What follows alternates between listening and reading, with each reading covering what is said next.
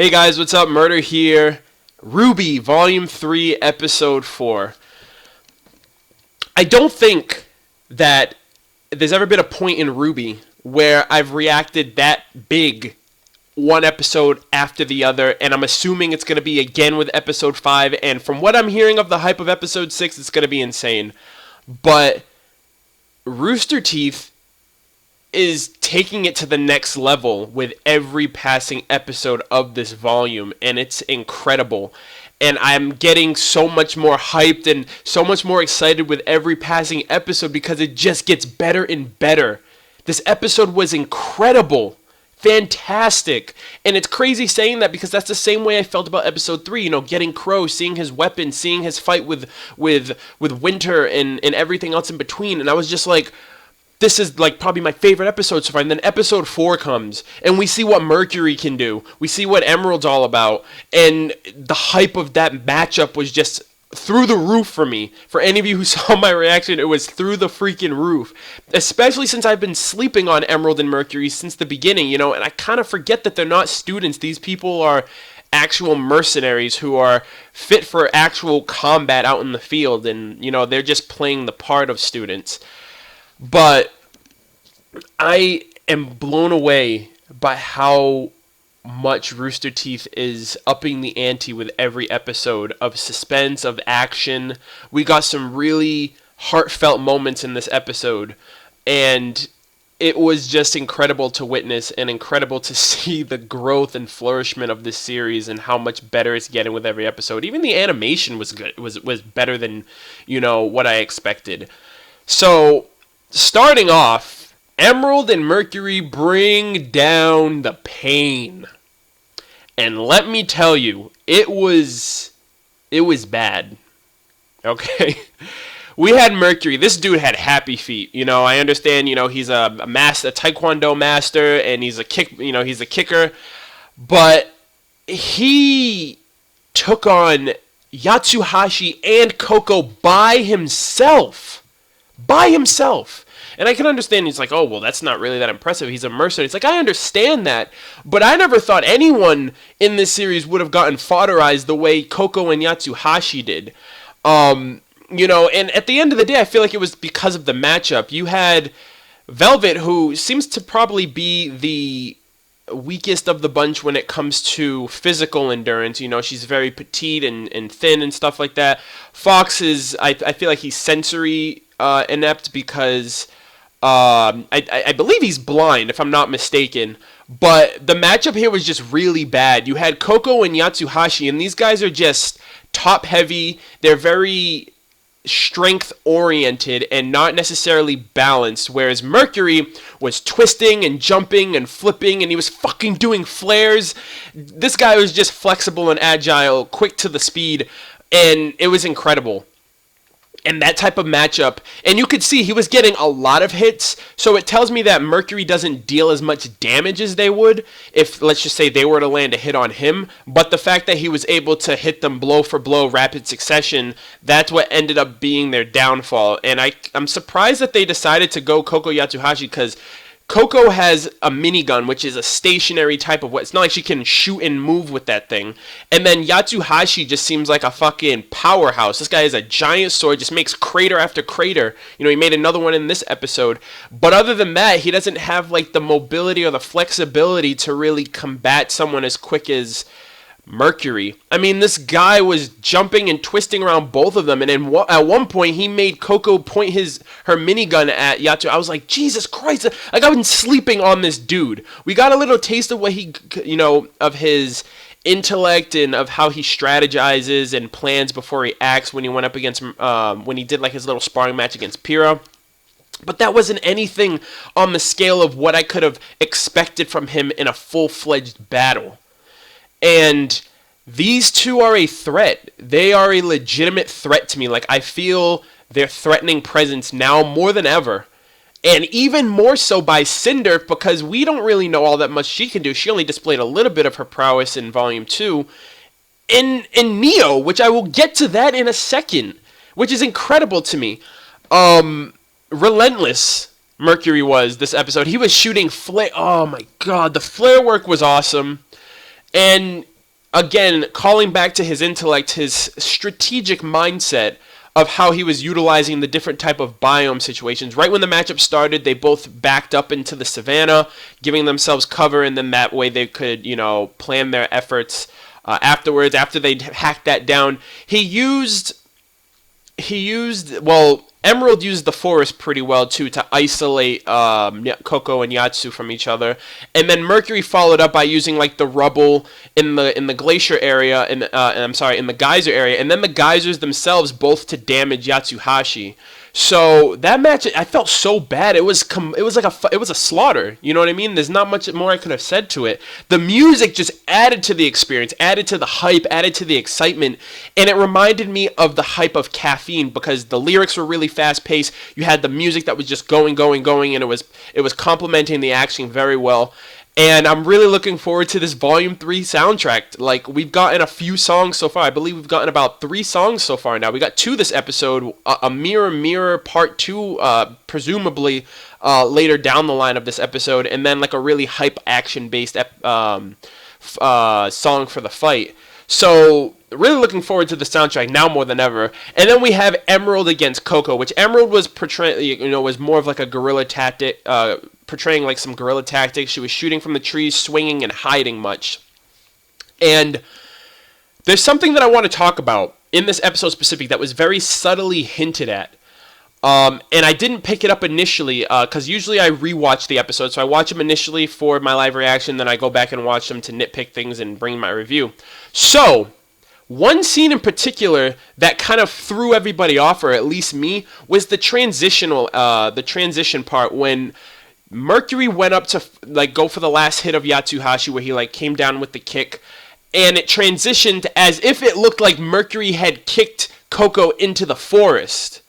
Now that scene was a transition of setting, but also a transition of time, because when Coco was getting flung into the forest, that was when she was initially pulled in by Emerald. So at that point, what we saw from Coco and Emerald was happening simultaneously as Yatsuhashi and Mercury were fighting in the geyser area. Now, what had happened was after their fight, that last hit that you saw from Mercury, that was the killing blow, or the final blow for Yatsuhashi. He was out after that, but we saw him presumably come back into the forest and call out to Coco, and she mentioned, "Hey, that girl's in the trees." That was Neo, or at least I'm almost positive that was Neo, because immediately after, the commentators were like, "Oh, Yatsuhashi is out," and then she turned around and she was gone. And then there was a scene that I had to freeze frame that it showed a blur in the trees, and I freeze framed it, and it was Neo. Like, let's be real, it had a pink, white, and brown coloring to it. It was pretty blurred, but it was obvious that Neo was just making her way by, which now tells me and reveals somewhat of her, I'm assuming it's her semblance, the ability for her to take on the image and form of anyone. That is game breaking. That's going to change the game of everything, because now everyone's going to be suspect. Basically, she turned into Yatsuhashi to drop Coco's guard, and that's what eventually led to her losing, because she dropped her guard. And I feel like she would have lost anyway, because Mercury would have ended up catching up to them, and it would have been a 2v1, and he was slaughtering her anyway with Yatsuhashi by her side. So Neo is quite the anomaly. Another thing is, how was she able to get into the arena without them noticing? Because they noticed everything, unless they literally don't see anything that happens in the thick of the battle until the results are up, or they just see the aura, and then that's when they decide to call the match. Oh man, when I found that out, I was like, "Are you fucking kidding me?" Infiltration, they take that shit to another level now, because Neo, I don't think wait, that means she talks then, because Neo's been a mute this entire time, but she doesn't have her own voice, but she was speaking on behalf of being a Yatsuhashi clone, and she sounded like him too, but that's technically the first time she's ever talked, which I think that's fucking crazy, because she's never talked before, and I think that adds to her character a bit, like of her being a mute and expressing herself through her actions versus actually speaking. So there was that, and that kind of took me for a loop, because now it's crazy, like, this takes things to a new level. Neo could portray anyone. She can be walking around as Ozpin for all we know. She could be walking around as, someone of important official or, officials, and, get access to certain things and certain information and secrets or anything like that. And that's really fucking scary. And another thing that I really hope to see is her fighting style. If she's able to capture the image of someone, I don't necessarily think that means she can utilize what they are capable of doing on the field. Obviously, she has her own flavor and style of fighting via Volume 2 against Yang, so she's more of a... she kind of like reflects attacks versus dishing out her own. But her and Cinder have a lot to... they have a lot to prove now compared to Emerald and Mercury, who put on an amazing spectacle, in my opinion. So moving on. We get the sisterly bonding that I was so much yearning for in the last episode. I judged Winter very harshly, very severely, and unjustly from, her just having a very authoritative presence. And in this episode, she is shown to be a very caring, compassionate individual, and very motivating as well, pushing her sister, because when, Weiss was doubting herself when it came to her summons, which I will get to that in a second, her summons, and then the whole ordeal with her father, and, what she wants to do in terms of staying at Beacon and exploring and becoming a better huntress. Winter is just an all-around great character to me, and I really love how she has that kindred side that I was really hoping we'd get to see. And I felt really sad seeing them go their separate ways, especially after it was such a brief reunion.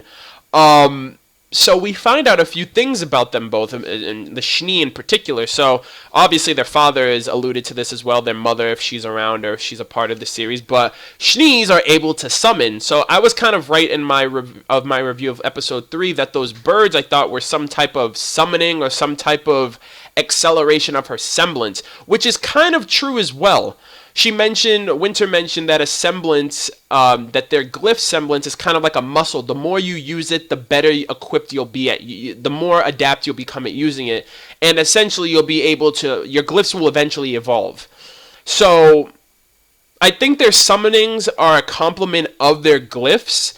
Like we mentioned before, like the glyphs themselves are able to propel people and project things outward. And it helps in the time dilution, the haste ability that Weiss has and she's been using throughout the series. And her semblances are hereditary, so the Schnee have hereditary semblances. I don't think it's for everybody. I think everyone has their own unique semblances, but for the Schnee in particular, their semblances are hereditary, so that's why Weiss has them, that's why Winter has them, her father has to have them, their mother has to have them if they are huntsmen or huntresses or whatever, or any type of combative officials.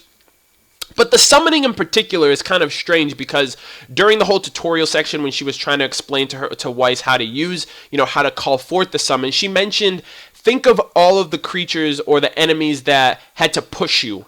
Basically, all the creatures that you had to defeat to come to this point. It seems more like the summoning as of a soul summoning, because it's not like a corporeal form of a Grimm. Like when Winter summoned that Beowulf Grimm, it was white and it had like a greenish glow to it, almost like it was like an apparition or a spirit of some sort. So I think it's more of like invoking the soul of a Grimm or of a combatant that you want to call to your side. So I think it's of the undead, which means those birds that she summoned were birds that she's killed in the past, or that Grimm that she summoned was a Grimm that she killed. That's my assumption based on how she was explaining to Weiss how to conjure one up. So Weiss actually manages to conjure up a tiny little sword or a tiny little figment of a sword summon. And that got me thinking. I was like, what's her summon going to be? And then the first thing I thought of, and then I looked in a little bit into the community as well, a lot of people are assuming that it's the armor knight that she went up against in her trailer, which would be kind of, I don't know if that was in an actual fight, or if that was in her head of like how she deals with herself, or if that was something of symbolism while she was performing at that concert during her trailer. But either way, that'd be pretty fucking badass if she summoned that giant knight. I'm just saying, that'd be pretty sick. But we have to wait and see. The departure was really, really sad to see. Weiss's growth is going to be coming along really well as she decides that she doesn't want to rely on her father and, go through the headbutting of conflict with him and things like that. So he did cut her off in the first episode, as I assumed he did, when her credit card wasn't working. And her sister kind of gave her some advice to him, hey, you can either deal with this or you can go on and do your own thing, grow as an individual, see the world, become more proficient in your field, and just be the best person that you can be. And again, Winter, very motivating, very caring, very compassionate. I really appreciate her as a character, especially since she can fight too. That's fucking badass. And then we got a Mirror Mirror Part 2. It seems like it was like an excerpt from Mirror Mirror because there was the lyrics, Mirror, Mirror. So I'm assuming we're getting a Mirror Mirror Part 2, which was awesome because I always thought Red Like Rose's Part 2 was appropriate because we knew more about Ruby and, the loss of her mother and the relationship and dynamic between Ruby coming to terms and dealing with it and, all of that stuff. But it seems like as these characters get more development, like I wouldn't be surprised if we get a From Shadows Part 2 when Blake has to confront Adam at some point, or an I Burn Part 2, or something like that for Yang when she has to confront her mother, or she comes across her mother again. So as these characters get complex in deep development, I'm assuming that we're going to see more in terms of the music side of things for like the part 2s of their original themes. Ruby's was the only different one. Ruby's Red Like Rose's Part 2 was portrayed during Volume 1 when it came to their fight against the Nevermore. But other than that, the last bit of the episode, and the coolest one of the bunch, was the family bonding between Crow, Ruby, and Yang over some good old video games. I love video games. I bonded with my dad growing up with video games, and it was so cool to just see them chill and kick back and not have, to worry about things and catch up on old times. And Crow's a fucking savage. Let me just put that. This dude is a savage, and I love him so much more. He made the situation so much more dire and urgent than it was. Like, I was out in the slums of Mistral, and I had I was in a shady part of town, and there were no one I can trust, and I was defeated by the waitress's freaking skirt size, skirt height. I was like, oh my, like, dude, are you serious? Like, and Yang was like, you're the worst, dude. Like, of course he is. He's a savage, dude. I fucking love Crow. Oh my god, he's so awesome. But we get some more exposition between them. He's kind of giving Ruby and Yang a life lesson in terms of just because you did a few good deeds here and there, and just because you made your presence known to a few doesn't mean that you're able to take what's out in the real world. In the real world, the worth of one day in the real world is worth a week in this school, where you can just hone yourself and become the best you can and know that no matter what you do, it's never over. It's always getting better and trying to uphold things. And I love the reference that he made for Monty, and I fucking appreciate Rooster Teeth so much for doing that, of keep learning and keep moving forward. A mantra that Monty spoke and resonates with a lot of people to this day, myself included, especially with us having to move forward after losing him earlier this year. I really appreciate that. So from there we get the intro, or the reveal, if you will, of Crow's team. Team Stark. I was under the suspicion it would have been Team Turquoise or Team Quartz based on appropriate arranging of the letters. But Team Stark, so I was... Team Stark, that reminds me of Tony Stark, the Iron Man. But anyways, so Summer Rose was the team leader. That was pretty awesome. It shows that she has leadership skills similar to... Again, I'm assuming Ozpin has a lot of faith in Ruby because he sees Summer in Ruby, and he sees Ruby as being a candidate of a team leader similar to her mother. It just makes sense. It adds up so much more now, and we also saw Yang's reaction to seeing her mother. So I don't know if this is going to stimulate anything for Yang to talk to Crow and be like, "Hey, I need some information. You have that picture. What's up with my mom? What's up with your sister? Where is she? Have you heard from her? XYZ." Etc., etc. And from that picture, you can tell a lot. That picture has a lot of wear and tear, and I paused on that picture, and there seemed to be what looked like a coffee mug like stand on the top left corner, and then on the bottom right or the middle right corner were some like watermarks, which looks like tears. And since Crow held on to this, I'm assuming Crow's gone through some really emotional and tough times, especially since he's giving Team RWBY, RWBY and Yang this pep talk of, the fact of don't ever settle for less and don't ever be content. Always push forward, always keep attaining for better. I think Crow's really like extremely emotionally reserved. He talks a big game. Maybe even that's why he succumbs to drinking. You know what I mean? And the drinking might be hype in of itself of how he fights and stuff like that, and how he's reckless and whatnot. But that might be his way of accepting things. When you look at it in the grander scheme of things, Crow's sister is missing. And he lost a team member, Summer. She's dead, allegedly dead. I still have my differences on that. But from what we know of the story, Summer's dead. He lost a teammate, and his sister's missing. So that probably takes an emotional toll on him, and I respect him so much more for that. Of that one picture just spoke a lot of Crow. And just overall, like, the hell that he's probably been through, especially being out in the field and dealing with all this shit and putting his life in danger for his family and his nieces and, just the greater good of things. So really hope we get a lot more development with Crow. Hopefully we get to see that fierce side of him, that emotional fierce side of him, because I don't know. I mean, I'm very emotionally attached to a lot of these characters, and just to get more of a how do I explain this? To get a vulnerable side of them is what I really want to extrapolate from these characters. That's why I felt like Winter was so much more well received for me, because she actually let her walls down when she was one-on-one with her sister. But that was the episode.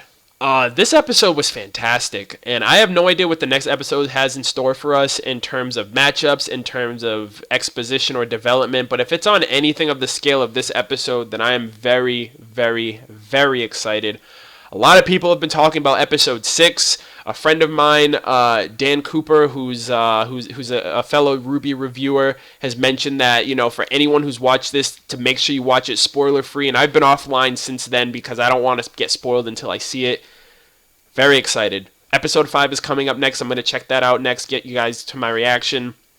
But thank you guys for checking this out. Leave your thoughts. Leave anything that you guys had to say about this episode in terms of the hype, my reaction, my review, anything that I personally had to say about it. Thank you guys for checking this out, and I will see you guys in episode 5. Take care.